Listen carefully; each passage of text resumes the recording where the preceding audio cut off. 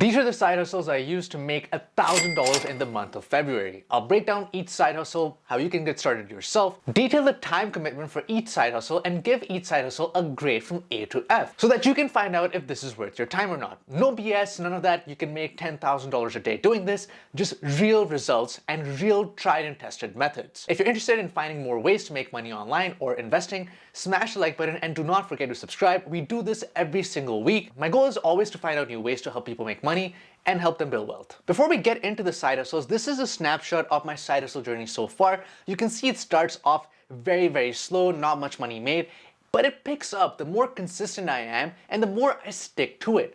It's still very variable. Some months it's a lot and some months not so much, but you can see the last few months have been consistently good at over $800 each. But I wanted to show this journey to tell you that this is not going to be something that you can make $1,000 in the first month. You have to stay consistent, but if you do, you will be in my place and you can also make $1,000 every single month. The first side hustle is dividend investing. This is a quick proof of my earnings. I made around $367 in the month of February. I'll let the scroll do the talking, but dividend investing is extremely powerful for anybody looking to make money online. Now that we're done with the proof, what is dividend investing? Dividends are easy to understand. Every company has sales, things that you sell. For example, Pepsi sells soda, McDonald's sells burgers, and other companies sell other physical products. Or you can have services as well. A lot of you might use Netflix and pay monthly, or Spotify to listen to music and also pay monthly, or in other words, pay a subscription for your services. Every company also has expenses. McDonald's has to pay the employee flipping your burgers.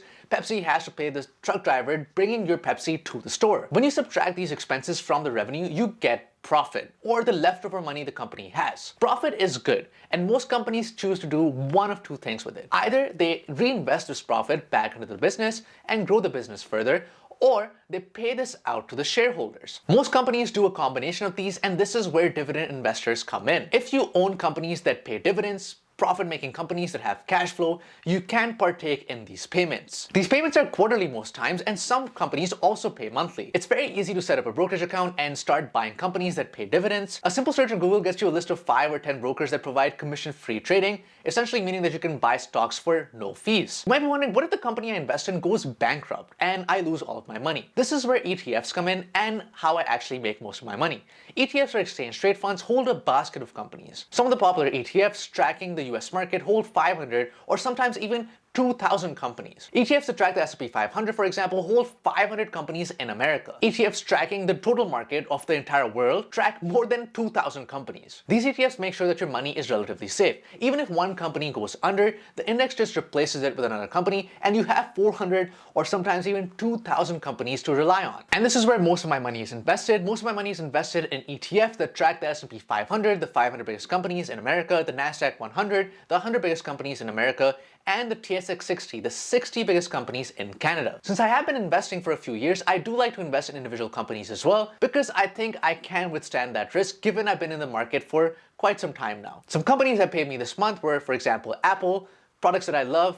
I have a MacBook, I have an iPhone, and I don't think I'm switching anytime soon, and I can say the same for several people that I know. American Express, credit cards for travel market is coming back. It's making a huge comeback, specifically in Asia and Europe. And Procter & Gamble, a consumer goods company that makes literally everything from diapers to cleaning supplies. If you have a house or an apartment, if you clean like a normal human being, I guarantee you have a P&G product. I also like investing in covered call ETFs. These ETFs are extremely controversial online. People fight a lot defending one side or the other, but I invest in covered calls for one particular reason. It's important to understand what covered calls are. I'll leave a link in the description. You can take a look if you want, but essentially they write an option strategy called covered calls that sacrifice some long-term growth in your portfolio to give you income now. I like covered call ETFs because they give me a lot of motivation to keep on investing. Covered call ETFs like HYLD, an ETF that I like that tracks the S&P 500, paid me more than $100 this month. $100 for doing nothing. Compared with the S&P 500 that has a yield of 1%, covered call ETFs have a yield of more than 10%, which means that for every $100 that you invest, you get $10 back in dividends throughout the year. The con is that they sacrifice long-term growth and your total return might not be as high compared to if you just invested in the index itself. But like I said, I like the motivation, and not just HYLD. I also invest in QQCL, a covered call ETF tracking the NASDAQ 100. I also invest in HDIV, a covered call ETF tracking the TSX 60. Compared to my overall portfolio, these amounts invested are not that high. But the dividends I get every single month, $100 from HYLD, nearly $40 from QQCL, and $75 from HDIV, it just motivates me to keep on investing. My goal with this is to grow this income to $1,000 every single month. $1,000. I know it sounds ridiculous, but we're slowly getting there. The thing with investing and online side hustles in general is consistency. You have to be consistent in order to see gains. You cannot just start one thing and leave. You have to stay consistent. I'm gonna rate this an A+, the most passive side hustle that I've ever seen. Literally just buying a stock on a brokerage app. It's the easiest thing I've ever done. The second easiest thing I've ever done, apart from breathing, but you get the point. You get money just for investing. You get money deposited into your account. It's actually crazy. It's pretty good. The second side hustle that I used was Fiverr.com. Here's my earnings proof. I made around $700 using Fiverr.com. Some orders paid me around $50 and others paid me around $5. That's the thing with freelancing. Sometimes you get paid more, sometimes you get paid less. What is Fiverr.com? Fiverr.com is a freelancing website. You can sign up and provide services to clients looking for services in literally anything. You like logo designing? There's logo designing clients out there.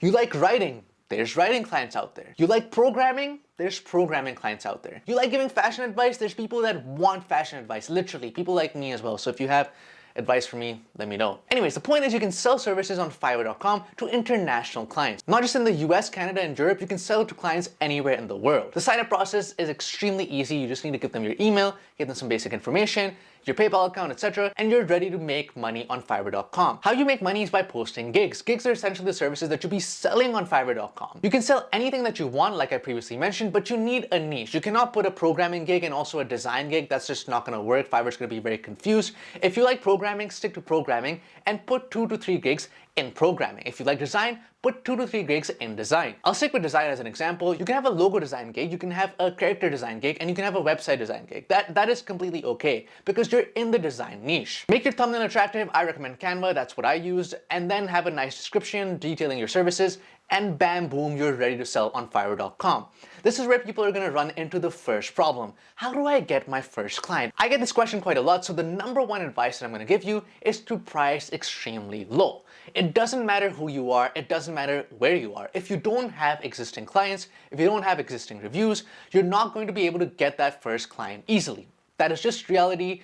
I'm sorry to break it to you, you'll have to sell at a very, very low price. You'll have to sell at a very, very low price. And I mean the lowest price possible, $5. You'll have to do any work that you can do for $5 for the first 2 or 3 months to get those impressions and get those first few clients. The earlier you can swallow this pill, the more it's going to help you later on. Just like I did. When I started, I priced some services at $5, but now I can raise the price because I have reviews. Now I'll go to my second piece of advice.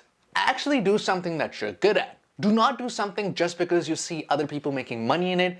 If you're not good at it, you're not going to be able to produce good work and you're not going to succeed on Fiverr.com. Eventually, clients will catch on to you, give you negative reviews, and Fiverr.com is not going to favor you to new clients. It's as simple as that. I'm not good at design. I would say I'm a terrible designer. I'm not very artistic. So I don't sell design services because I know there's tons of people out there already selling design services on Fiverr.com. Why would someone choose my low quality work over someone's extremely good quality work just because I'm on Fiverr.com and selling low? It doesn't matter if I sell low if my quality is absolute trash. So do something that you're good at. It's not that far out for you to learn design or learn writing or learn programming or tons of other skills on Fiverr.com. Even being someone's virtual assistant or organizing their schedule is a skill on Fiverr.com. You have to learn something that you're actually passionate about or think that you can get good at so you can start selling. For me, that skill is career services. I help people prepare for interviews because I've gotten feedback over the last 7 years where I've helped tons of people get into companies that they want to get into. If I was doing literally anything else on Fiverr.com except 2 or 3 things that I'm actually really good at, I would not succeed. You need to be good at something and you need to start low. Both of those things have to go hand in hand. You cannot be bad at something and you cannot price high, at least at the start. My third and final piece of advice for Fiverr.com is be consistent. You're not going to see gains in the first few months. You're not going to make a lot of money in the first few months. I barely made any money in the first few months for 2 main reasons. My prices were low, and secondly, I wasn't getting enough orders because I didn't have enough impressions. I was a new seller on Fiverr.com. Recently, I've been making more money simply because I've been staying consistent for the last 8 months on Fiverr.com. If I didn't stay consistent, if I didn't take orders, if I didn't do good work, I would not be able to be in this position where I can make $500 every single month for the past few months using Fiverr.com. You need to stay consistent. You're not going to see traction in the first few months, but that is okay. Do not give up. Do not give up. For the first 6 months, just do whatever you can to get those reviews, to get those clients. And then you'll see that income grow up gradually as you increase price and you get more impressions. I'm gonna rate Fiverr.com a B+ side hustle. I think it has a lot of potential for anybody, but the main thing is that you have to stay consistent, and many people don't have the time or the energy to do that. If you have a couple of hours every single week, you probably are not gonna be able to be extremely successful with Fiverr.com, and it's going to take you longer to get successful. You will be successful if you stay consistent, but that patience is not something that most people have. The third side hustle, and I'll throw this in as a bonus, is staking crypto. Crypto has taken a beating in the last few months, specifically after the new president came into power, but this is not just a crypto-specific phenomenon. The stock market and other markets are also seeing a downtrend. The point is that crypto is volatile, and I only have a percentage of my portfolio dedicated to crypto to make income in staking. Staking is a process whereby you lend your crypto to certified transactions on the blockchain. Each transaction that occurs on the blockchain needs to be certified. If you hold that particular cryptocurrency, you can lend it to people to certify it. I like Ethereum because I like the Ethereum ecosystem. There's a lot of companies building solutions on Ethereum, particularly in the finance and legal space, that I do think if crypto picks up can change the industry. Once again, not a lot of money invested, and I don't make a lot of money doing this. I only make around $5 a month staking crypto,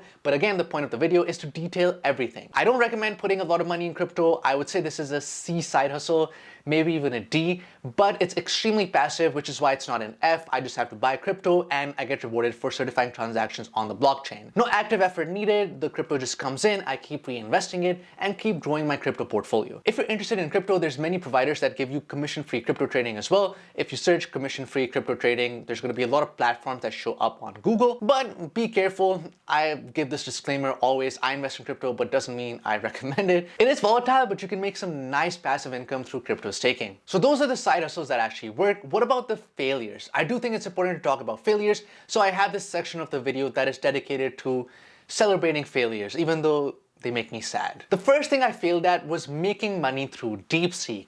I saw a lot of videos recommending DeepSeek AI as a way of replacing ChatGPT and becoming a multimillionaire.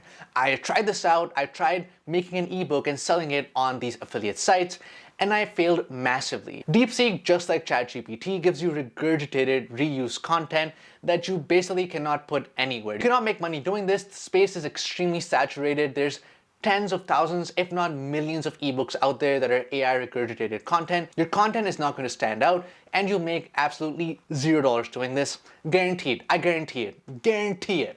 Guarantee it. One more thing I failed at was user research. This is a process whereby you give feedback to products and services for particular companies and get paid for it. Some of these user research websites even pay you upwards of $100 per hour. I use userinterviews.com and respondent.io. I applied for tens of these. I think I applied for 14 total across respondent and user interviews. I qualified for 0, meaning I wasted my time because I didn't make a single dollar doing this. So that's it. Those are the side hustles that worked and some of the ones that I terribly failed at. If you enjoyed this video and found it useful, do not forget to smash the like button and subscribe. Once again, we do this every single month.